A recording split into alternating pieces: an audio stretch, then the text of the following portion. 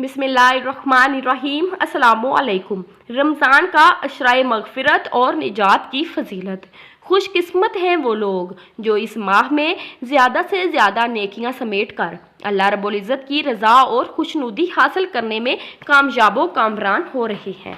कुरान मजीद फुरकान हमीद में इरशाद बारी ताला है, ए ईमान वालो, तुम पर रोज़े फ़र्ज़ किए गए हैं जिस तरह तुमसे पहले लोगों पर फ़र्ज़ किए गए थे ताकि तुम मुत्तकी बन जाओ। सूरत अल बकरा आयत नंबर 183।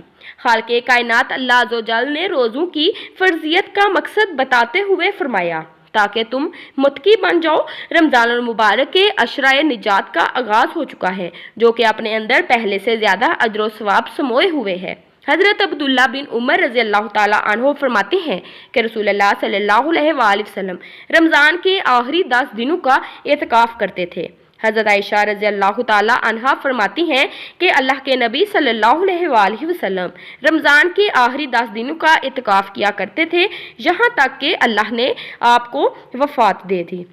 हज़रत अबू हुरैरा रज़ी अल्लाह ताला अन्हो फरमाते हैं कि रसूलुल्लाह सल्लल्लाहु अलैहि वसल्लम हर रमज़ान में 10 दिन एतकाफ़ करते थे, लेकिन जो आपकी वफ़ात का साल था तो आपने 20 दिन का एतकाफ़ फरमाया। रमज़ानुल मुबारक वो महीना है कि जिसमें नफल नमाज का सवाब फ़र्ज़ के बराबर और फ़र्ज़ का सवाब 70 गुना तक बढ़ा दिया जाता है। न जाने आइंदा साल इस माह मुबारक के अयाम हमें नसीब हों या ना हो।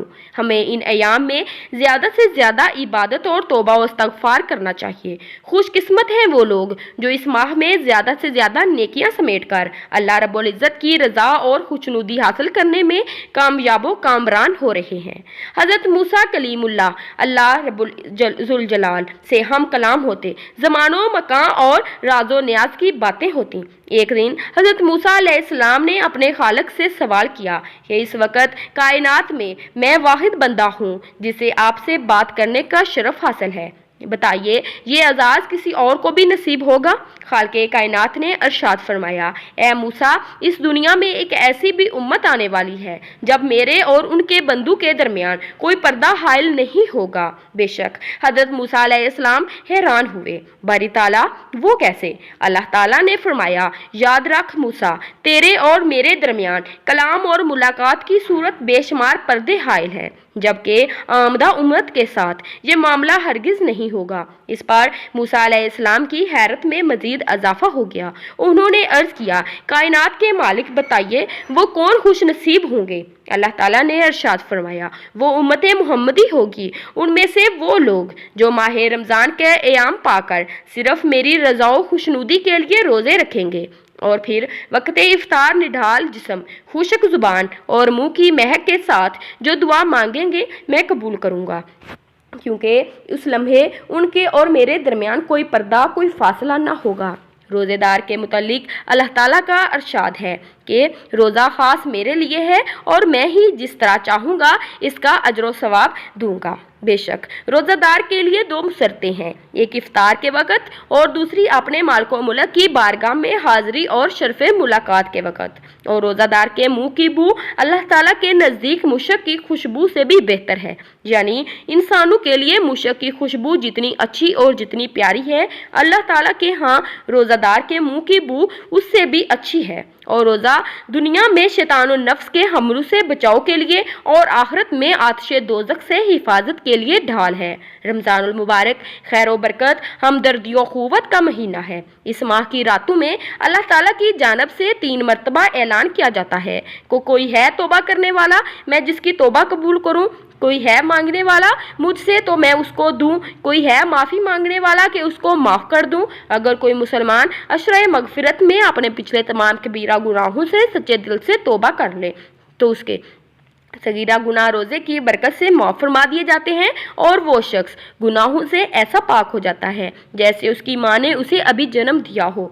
बिलाशुबा जिस किसी को अल्लाह ताला की मग़फ़िरत मिल गई उसे सब कुछ मिल गया। हक़ ताला व शाना तो अपने बंदों को माफ़ करने के बहाने ढूंढते हैं। जब किसी बंदे से कोई गुनाह सरज़द हो जाए तो अल्लाह ताला की जानब से उसे मोहलत दी जाती है कि शायद अब भी ये माफ़ी मांग ले, शायद अब भी ये मेरी तरफ रुजू कर ले। हदीस मुबारका है कि जब बंदा कोई गुनाह करता है तो आसमान अल्लाह ताला से अर्ज़ करता है اے اللہ تو مجھے اجازت دے کہ میں اس پر ٹوٹ پڑوں۔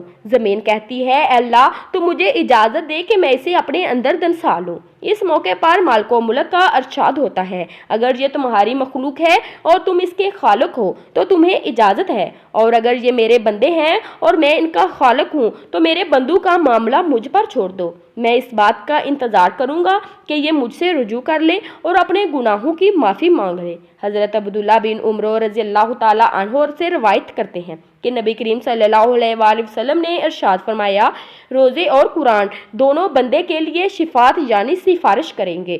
روزے عرض کریں گے اے پروردگار میں نے اس بندے کو کھانے پینے اور نفس کی خواہش پوری کرنے سے روکے رکھا تھا، آج میری سفارش اس کے حق میں قبول فرما۔ اور قرآن کہے گا کہ میں نے اس بندے کو رات کو سونے اور آرام کرنے سے روکے رکھا تھا، آج اس کے حق میں میری سفارش قبول فرما۔ چنانچہ روزہ اور قرآن دونوں کی سفارش بندے کے حق میں قبول فرمائی جائے گی۔